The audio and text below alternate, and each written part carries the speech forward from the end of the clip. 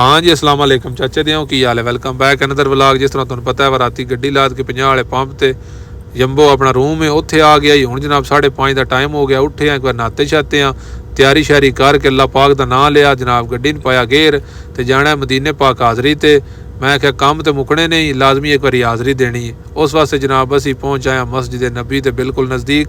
आ जाओ जनाब, तुहानू भी सब्ज़ गुंबद की ज़ियारत कराइए। यह सब्ज़ गुंबद की ज़ियारत की। उस तो बाद जनाब पेशी की नमाज़ पढ़ी अंदर। नमाज पढ़ने तो बाद जनाब आके रोज़े रसूल की ज़ियारत की। तो टैक्सी है ना आख्या बस सन ला गड्डियां कोल। उन्हें गड्डियां को लाया तो उत्थे अपने ड्राइवर भरा मिल गए ने, उन्होंने झट सारा गपशप की, बैठे खलोते हैं। तो उस तो बाद जनाब फिर सफ़र का आगाज़ कर लिया।